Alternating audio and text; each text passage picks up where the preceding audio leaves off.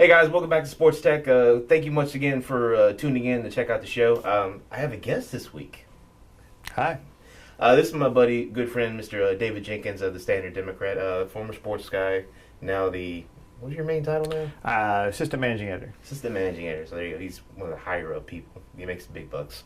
No. No, I do not. Thank you again for taking the time to be on the show. It's getting to be the end of January, which means in the high school basketball ranks, the season is coming to a near end, and teams are getting ready to go to get the districts underway. As you look at the landscape of hoops in Southeast Missouri now, what are your thoughts as far as teams that are trying to make their way towards a district title run? You got some good teams this year. New Madrid, they're trying to make a run in Class 3. It's been a while since they've, I think early 2000s since they really made a good run, and they've got a chance. Of course, they've got Charleston in their way. Charleston's always there and always going to be a factor. You've got Poplar Bluff, who's playing outstanding in Class 5, and I think they've got a good shot to do something. They've got Jackson in their way. Two good teams there that could. Either one of them could make it a long way. Then you've got Class 4. They've got a brutal district down here, Class 4 District 1, with Sykeston, Cape Central, and you're going to have Notre Dame, who's probably playing better than anybody at the moment. So any of those, and any one of those teams that win can go all the way. And then you got Class 2 with Scott Central now in Class 2, which is interesting. With they've been Class 1 for years, and they're in Class 2. That's going to be a fun thing to see how they match up against Bernie, who's traditionally the one that gets out of the district around here. Gotcha. And for you guys that don't know, me and David, along with Chris Popes, who's a sports editor for the Standard Democrat, we shoot a weekly web show every week called The Last Word. I'll put a link in the description to the last episode. We have a lot of fun doing it. A lot of fun. And I know in our last episode, you guys were talking about some matchups coming up, and I know one big one coming up is New Madrid at Poplar Bluff next Tuesday night. Poplar Bluff at New Madrid. Poplar Bluff at New Madrid. Yeah, it's that's going to be a fun game. They played in the SEMO Conference Championship game, the tournament, back in December. New Madrid came away with, I think, like an 8-point win or something like that. It was pretty close to the end, and they pulled away. Poplar Bluff's been playing great. I don't think Poplar Bluff has lost since then. Both teams are playing really well. It'll be interesting to see how much better Poplar Bluff has gotten. Their star player, Chris Stocks, was injured in the semifinal game before we played New Madrid, so he wasn't really 100% against New Madrid. But so it'll be interesting to see. I think it's going to be a game that goes down to the wire. Playing at New Madrid is a tough place to play, and both teams, both teams are playing very well right now. Yeah, I personally think my personal picks, as far as I think teams are going to make a good run probably towards the district title and head and run the state. I think New Madrid's going to have a good shot, and I think Scott Central probably could have a good shot. And I know, if I remember correctly, I think Chris had brought up on the show that Scott Central does make it back to state, though it's going to be tough for them because obviously going from Class 1 to Class 2, the competition is going to be a little bit more tougher. Some years it's not. It just depends on what what the teams are. A lot of times Class 1 back years ago, Class 1 would end up being tougher than Class 2. Class 2, you kind of look at it and be like, that's kind of the weakest class of all of them.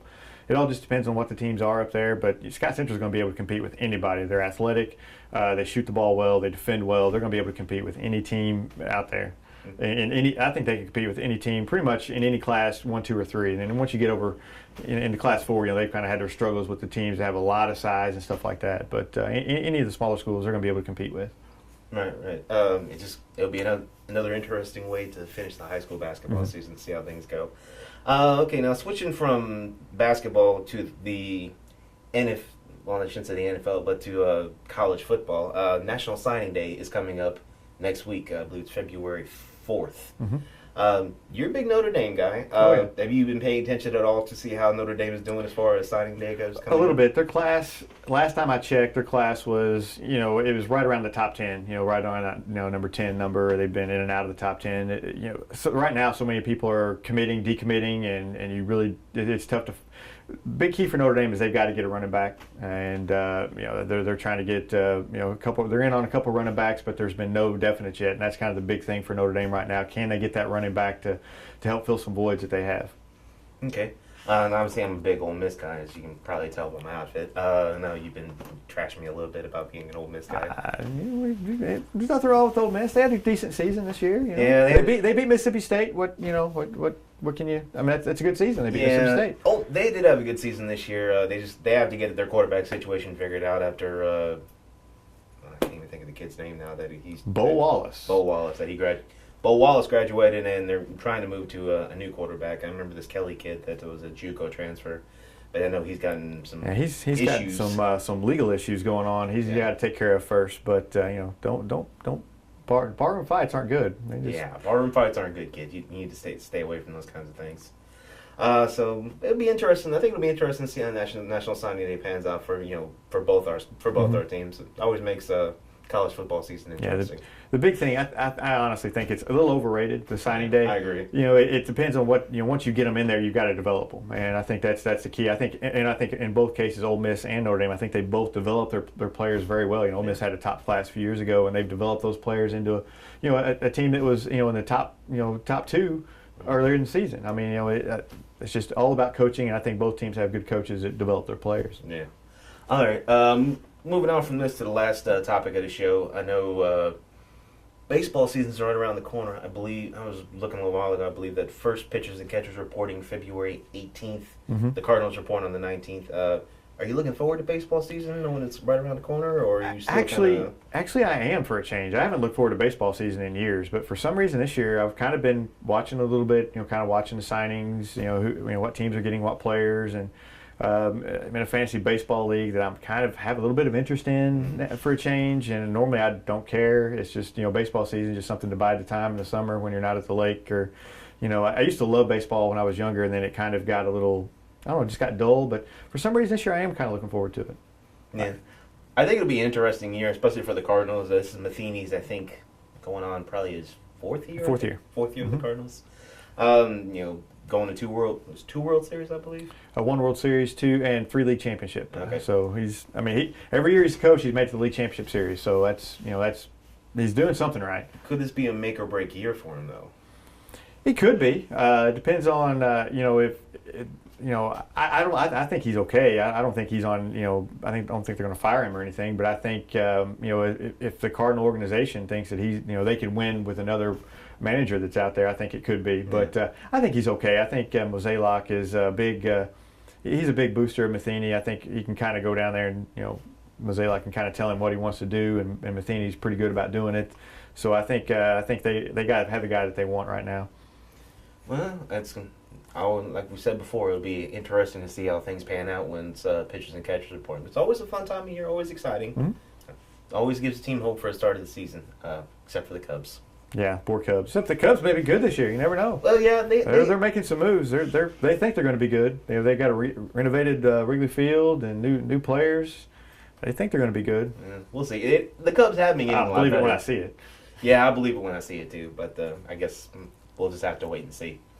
That's it for the sports portion of the show. Moving into the tech side tonight's going to be for this show, it's going to be the entertainment side, because I got a little bit of a problem about something, Jenks. What's that? I just heard this a couple days ago. Apparently they're doing a Ghostbusters reboot. Yes. With a all-female cast. Now, ladies, before you say anything, I'm not trying to bash you or anything like that, but why do a female reboot? Why do a reboot period? Exactly. Why? It's a great show. I mean, that's a great movie. It's timeless. It's timeless. You can watch it now, and it's just as funny as it was when you first watched it. I agree. There's no reason to do a reboot. I just don't see a point in it. I mean, I believe all the females I know that are in it I think a lot of them are funny. Melissa McCarthy is funny. Yeah, she's funny. But I don't know. I just don't. I don't know. I'm not a fan of remakes really at all. You have the original movie. Why do you need to remake it to something else? They're remaking the Fantastic Four, and I think the original Fantastic Four was just released like 10 years ago. Right. And it had Jessica Alba in it. I mean, it's not like there's something wrong with it. No, it's not. I mean, Sony, I really don't understand what you're doing. I mean, you got the original 2 movies that are really good. Why would you want to remake something that is a classic in time? That's like trying to remake Back to the Future into another movie set. You don't want to do something like that. No. I think it'd be okay if they made like a Ghostbusters 3, kind of had the old cast, and this new cast kind of came along and they kind of introduced it that way. I'd be okay with something like that, but not a complete reboot. I'm not a fan of reboots. I'm not either. It's tough to do. It's tough to do like a reboot of a movie like that when it had such great success at the time when it came out. I don't know. Yeah, I mean, they just did Spider-Man. They rebooted Spider-Man just a few years after it, and I just don't understand. It's all money. I mean, it's just they're trying to make money, and I guess they think that there's some money to be made in Ghostbusters, and I'm sure it will. I'm sure they'll open up and have a big opening and make a bunch of money, and they'll make a Ghostbusters 2 reboot. Yeah, and I'm sure you and Chris will probably rant about it on the show at some point whenever it comes out. Absolutely. Trust me, that'll be ranted about.